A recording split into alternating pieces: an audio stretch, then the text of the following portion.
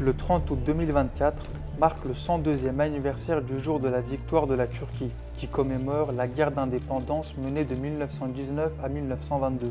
Dans cette guerre, les Turcs de tous horizons se sont rassemblés et ont combattu avec succès les puissances d'occupation de l'Entente, qui tentaient de démanteler l'Empire ottoman. Voici comment la Turquie est renée des cendres de l'Empire ottoman après la Première Guerre mondiale, en défendant sa souveraineté et en devenant l'un des pays les plus influents et les plus puissants de la région. Lorsque la Première Guerre mondiale s'est achevée en 1918 par la défaite de puissance centrale, entraînant l'effondrement de l'Empire ottoman. Après la Première Guerre mondiale, les puissances de l'Entente dirigées par le Royaume-Uni et la France ont tenté de diviser l'Empire ottoman. En 1918, les puissances de l'Entente ont débarqué dans l'actuelle Turquie. La France, la Grande-Bretagne et l'Italie ont occupé de grandes parties de la Turquie sur la base des dispositions de l'armistice de Mudros. Le 15 mai 1919, l'armée grecque, soutenue par l'Entente, a débarqué à Izmir. C'est ainsi que la guerre d'indépendance turque a été déclenchée le 19 mai 1919 avec la formation de la Kuvayi Milliye ou les Forces nationales.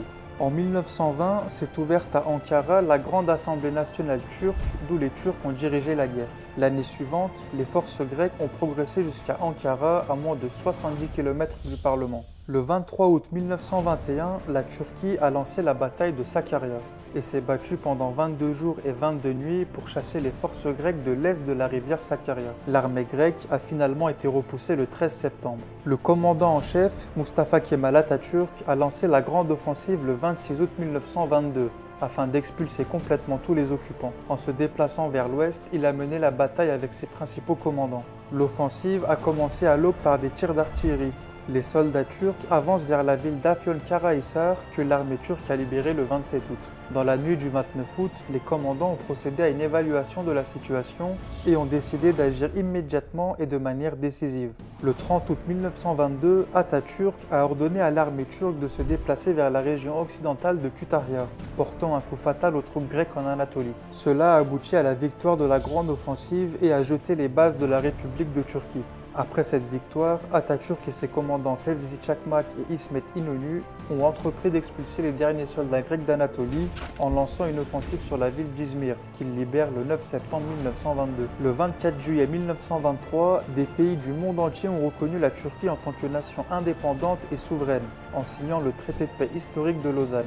Le traité a été signé par la Turquie d'une part et la Grande-Bretagne, la France, l'Italie, la Grèce et leurs alliés d'autre part. Il a remplacé le traité de Sèvres de 1920 qui imposait de sévères restrictions à l'Empire ottoman après la Première Guerre mondiale et a veillé à ce que la Turquie soit reconnue comme un pays souverain. La nation turque a une fois de plus gravé cette vérité dans le cœur de l'histoire avec une plume d'acier, grâce à la victoire qu'elle a remportée, à la puissance dont elle a fait preuve et à sa volonté.